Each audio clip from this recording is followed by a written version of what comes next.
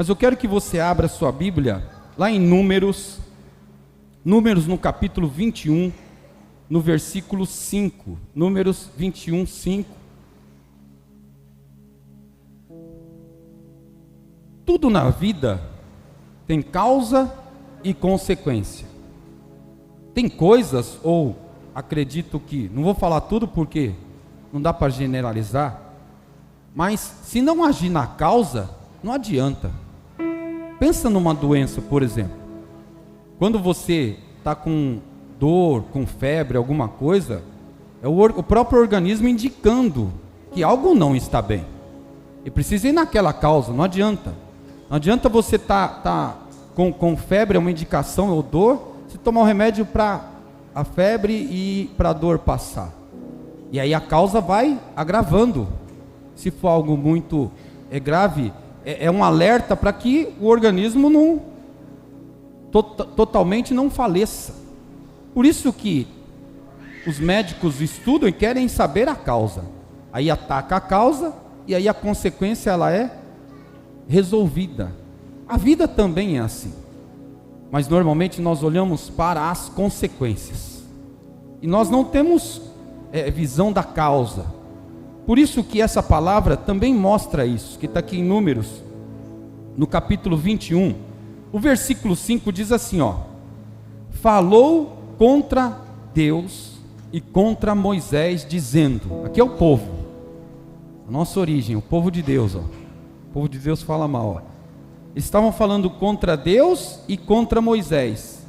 E olha o que eles estavam falando: por que nos fizeste subir do Egito para morrermos nesse deserto? Aqui não há pão nem água, e a nossa alma detesta este miserável pão.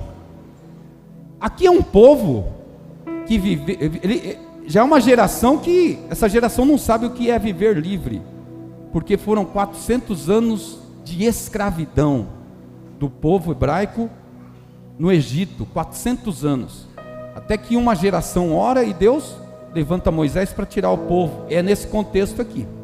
E aqui é a primeira geração que é livre, está longe da escravidão. Mas olha o que eles fazem. Eles reclamam, falam mal de Deus e também de Moisés, que é o líder ali mais próximo deles, e eles ainda falam, olha, e ainda tem que comer esse miserável pão. É um pão que cai do céu que Deus manda para eles, e eles falam que é um pão miserável. E aí o que acontece? Então o Senhor enviou contra o povo serpentes venenosas, que os picavam, e morreu muita gente de Israel. E aí muitas serpentes Deus enviou, e aí eram picados e morriam. E aí o que o povo faz? Agora vamos correr até Moisés. Versículo 7. O povo veio a Moisés e disse: pecamos, pois temos falado contra o Senhor e contra ti. Ora, o Senhor que tire de nós as serpentes. Então Moisés orou pelo povo. Olha como isso acontece muito nas nossas vidas. O que eles viam e que estava incomodando eram as serpentes, que estavam dando medo, pânico, estavam sendo picados e morrendo pessoas. E eles falam: Deus enviou serpentes. E eles não entenderam que a atitude ou que a ação dele, que a causa de tudo aquilo era a murmuração, a reclamação, realmente não reconheceu o que Deus estava fazendo por eles, reclamando de Deus, reclamando de Moisés, e a pressão era tanta. E aí, no versículo 8 diz assim: disse o Senhor a Moisés: faz uma serpente e põe sobre uma haste. Todo aquele que for mordido e olhar para ela, viverá. Um grande símbolo nisso. Deus fala: faz uma serpente de metal e coloque-a numa haste, fixe-a numa haste, e todos que forem lá e olhar para a serpente, mesmo se for picado, eles não morrerão. E aí diz que Moisés fez uma serpente de bronze e a pôs sobre uma haste. Quando alguém era mordido por alguma serpente, se olhava para a serpente de bronze, vivia. Amém? Curve sua cabeça só um instante. Senhor, nesta manhã nós queremos ouvir a tua palavra, entender, compreender. Se conosco, fala aos nossos corações, fala na nossa vida, Senhor, que a tua palavra, que se renova a cada manhã, a cada dia, possa nos instruir, nos orientar, em nome de Jesus. Amém? Quando Deus dá essa ordem, a causa era clara, eram as murmurações, as reclamações. O nível já estava elevado. Até o relato da escrita é que eles falam: olha, eu detesto esse miserável pão, esse pão aí, não quero esse pão. E eles estão revoltados, e o atrito é muito grande com Deus, da reclamação, da revolta. Deus representado por Moisés, que era com Moisés que eles pressionavam. Moisés sempre se via em situações muito difíceis, e quando Deus dá a ordem, fala: olha Moisés, através da oração, né, que Moisés faz a Deus, fala: faça essa serpente e coloque na haste.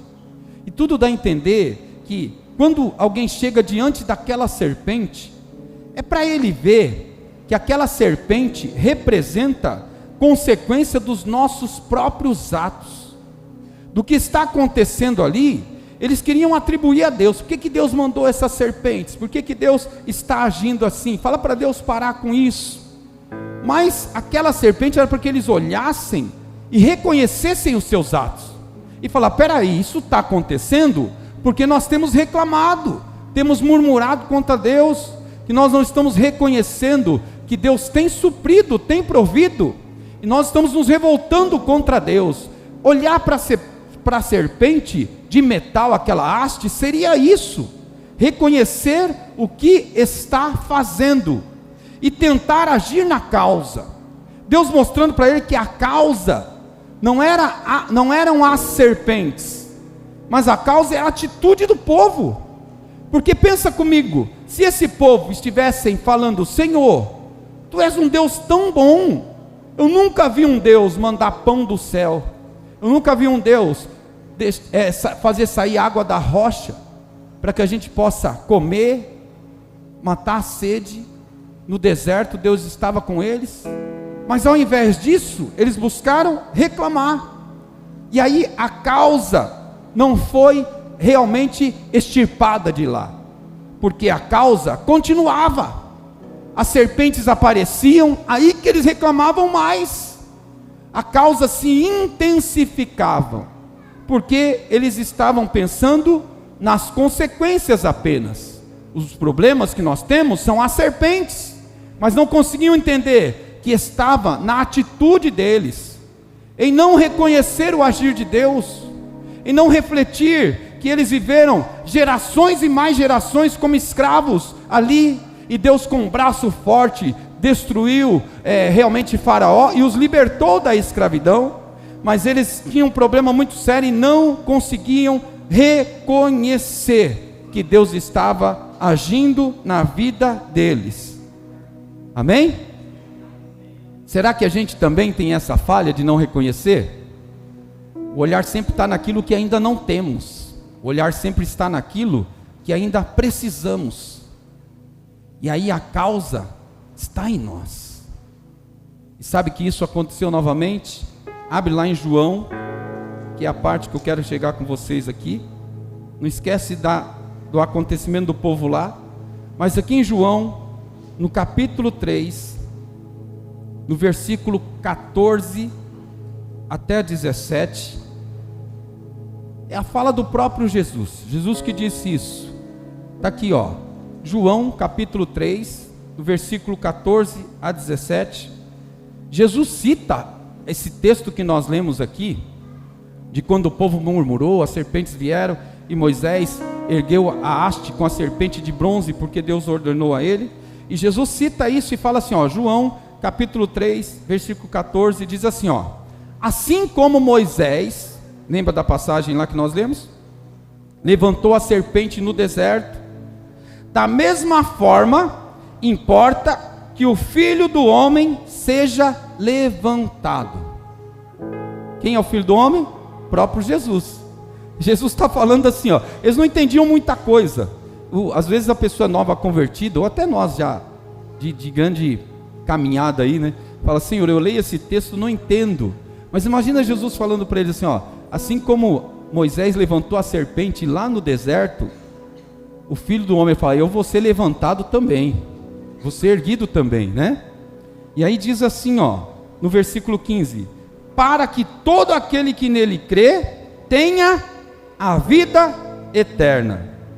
Porque Deus amou o mundo de tal maneira, que deu o seu Filho unigênito, para que todo aquele que nele crê, não pereça, mas tenha a vida eterna. Olha o que Jesus está falando aqui.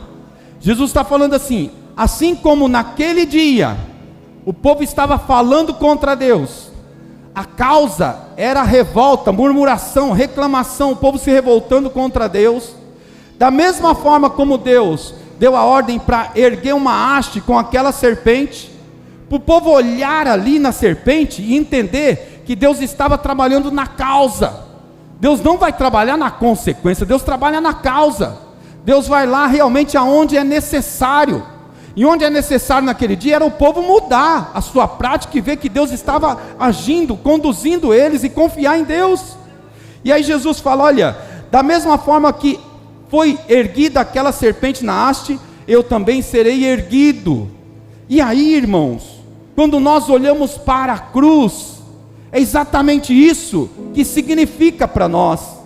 Aquele povo, quando eles eram picados pela serpente, se ele não fosse até aquela haste e olhasse para a cruz, ele morreria. Mas quando ele chegava diante daquela haste, com a serpente e olhava, ele reconhecia a sua causa. E ele pensava e refletia por um instante, olha, o que está acontecendo é consequência do que nós temos feito. Somos um povo que reclama, que murmura e tanto mais. E a causa realmente está em cada um de nós. A causa realmente somos nós que criamos. Quando não cremos, quando agimos, olha lá, pastor, então a culpa é toda nossa? Sim, a consequência são ações das nossas atitudes. A culpa é nossa, até Jesus entrar na história. Aí Jesus chega, entrega a vida, e ele é literalmente erguido como aquela serpente lá na cruz, porque é para agir na causa. Qual a causa que vai destruir a humanidade? É o pecado, é se afastar de Deus, é murmurar de Deus, é distanciar-se de Deus, é se revoltar com Deus. E Jesus vai na causa. Nós somos culpados, sim, mas aí o que ele faz? Ele toma sobre ele a culpa. A consequência, aleluia, é nossa, das nossas atitudes. Mas Jesus, ele se torna a própria causa do pecado, e ele é erguido na cruz como aquela serpente.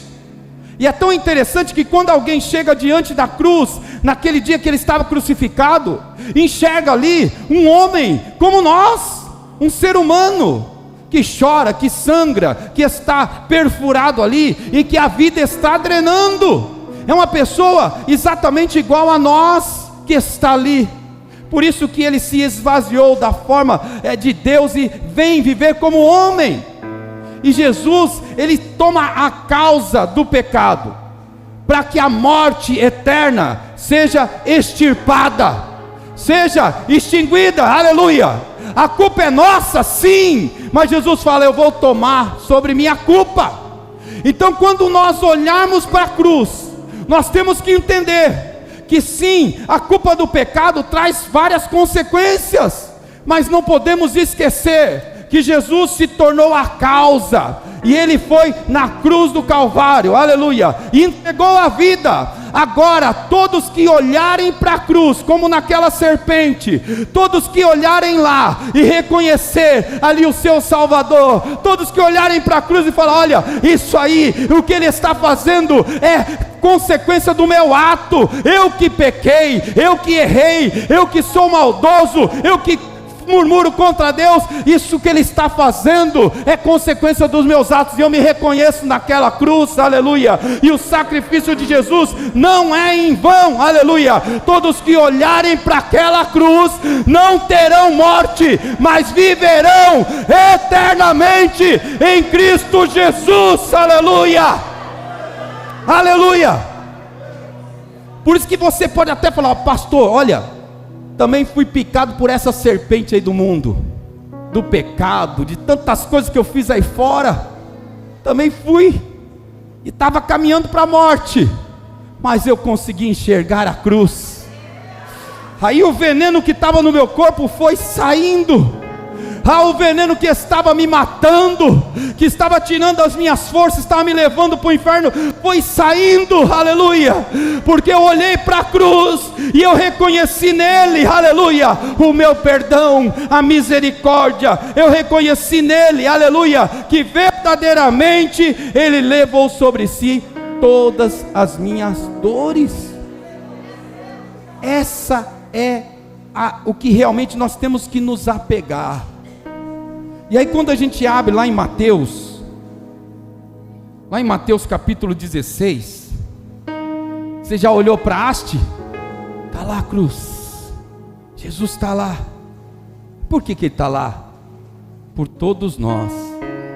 Olha lá, aqui em Mateus, no capítulo 16, no versículo 24, diz assim, ó: então disse Jesus aos seus discípulos: se alguém quiser vir após mim, negue-se a si mesmo. E olha o que ele diz: tome a sua cruz e siga-me.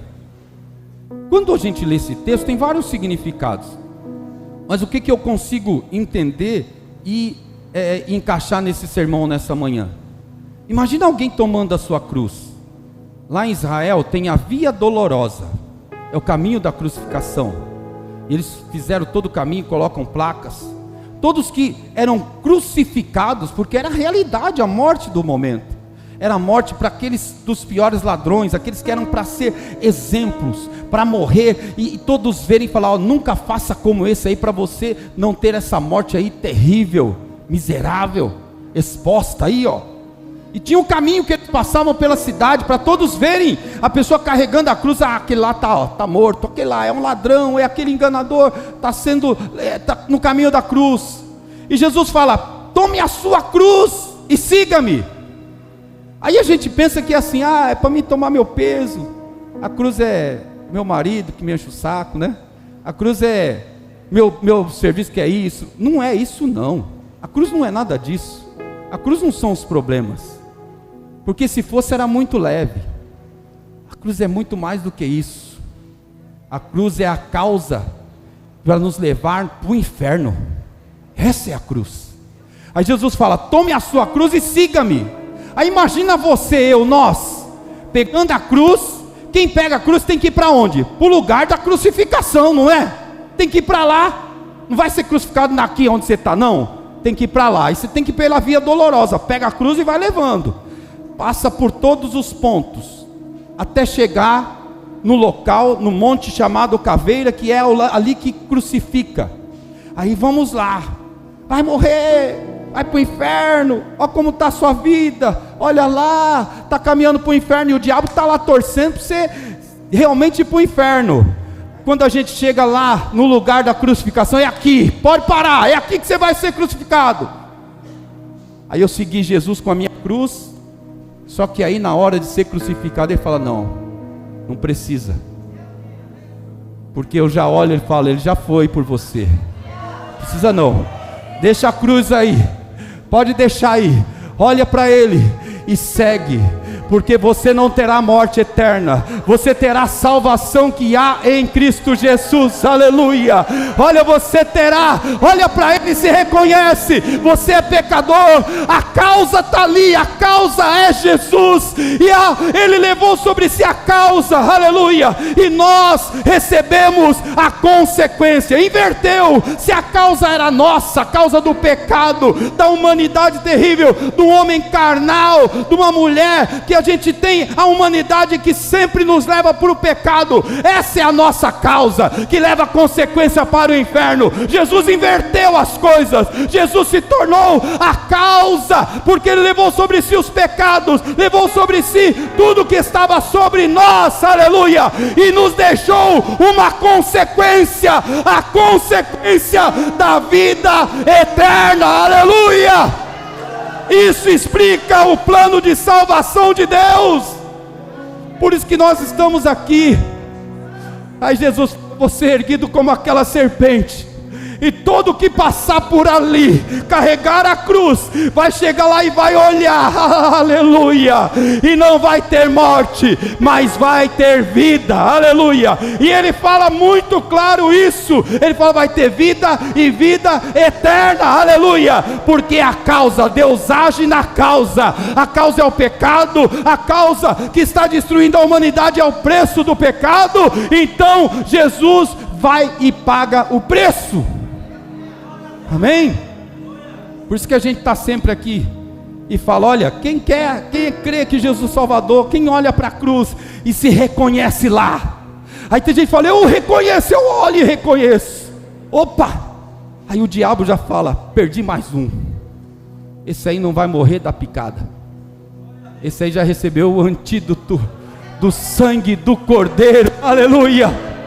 Ah, eu tentei, viu? Eu levei ele até toda a via dolorosa, mas quando chegou lá na hora, oh, em nome de Jesus, quando chegou na hora, aleluia, e ele olhou para a cruz, e ele falou, não te devo nada, Satanás, porque o meu Jesus, o meu Salvador, já foi erguido, aleluia, e eu olhei para ele, e eu fui perdoado, a misericórdia me alcançou, o perdão me alcançou, aleluia, e eu já não estou mais envenenado não, eu já estou livre, eu já sinto a presença dele, aleluia, eu não tenho mais a condenação ao inferno, mas eu sei que se o meu coração para, a minha mente parar agora, eu sei para onde eu vou, porque eu olhei para a cruz, e eu me reconheço nele, e eu creio que ele é o meu Senhor, o meu Salvador, aleluia. É isso, é tão importante você entender isso. A ceia é para isso, gente, é para isso. Nada que acontece na nossa vida, o que nos afasta de Deus é o pecado, mas é aquele que você renova, aquele que você se atrela, aquele que a gente não larga e fica lá remoendo, esse nos afasta de Deus. E você sabe que a Bíblia diz, eu li quinta-feira aqui, o diabo está ao nosso derredor, não desiste, porque é uma guerra, isso aí é uma luta espiritual. Se Jesus pagou o preço, mas o diabo já foi condenado e quer levar você, ou levar a nossa família, seja quem for, para o inferno. E isso é realidade, é realidade. Por isso que nessa manhã, em nome de Jesus, você precisa entender, e pela fé, olhar para a cruz, e entender que tudo o que aconteceu lá, não foi por acaso, não foi pela história, não é por acaso que a sentença de Jesus, sabe qual foi? Não vejo nada sobre esse homem, eu lavo as minhas mãos, não tem acusação nenhuma sobre ele não tem mesmo, mas sobre nós, estava sobre ele toda acusação, aleluia. Ele não estava lá para pagar o preço dos pecados dele, mas os nossos pecados. Por isso que em nome de Jesus, eu quero te dar um conselho aqui nessa manhã. Não deixe o diabo te acusar, te apontar, e não faça associação com o pecado, não faça, abandona, deixa, busque força, ore para a cruz, olhe para Jesus. Olha, eu entendo que o que o diabo faz, não estou aqui para falar dele, mas a gente precisa entender, ele vai levando, conduzindo as pessoas realmente ao precipício, a Bíblia fala isso, ele vai levando, tem um pastor, que ele fez uma comparação, ele falou assim que é como aquele jogo de de bilhar, sinuca, tem aquele jogo de sinuca? As coisas vão se movendo e acontecendo, e no jogo de sinuca tem as estratégias. Uma das estratégias é deixar a bola inalcançável, né? Ou eles falam sinucar, deixar sem o outro conseguir alcançar aquela bola. E aí o diabo vai movendo as peças e vai fazendo para te deixar sem saída, para te deixar como num labirinto. Em nome de Jesus, nós somos livres. Nós não podemos nos associar com o pecado. Espera aí, a causa já foi tratada.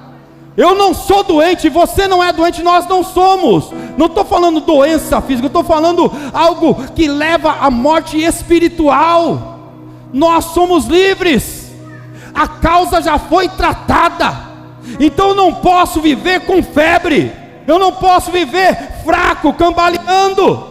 Porque na verdade isso aí é coisa da minha cabeça. Quando eu olho para a cruz, eu vejo que nele há a minha libertação e eu sou livre.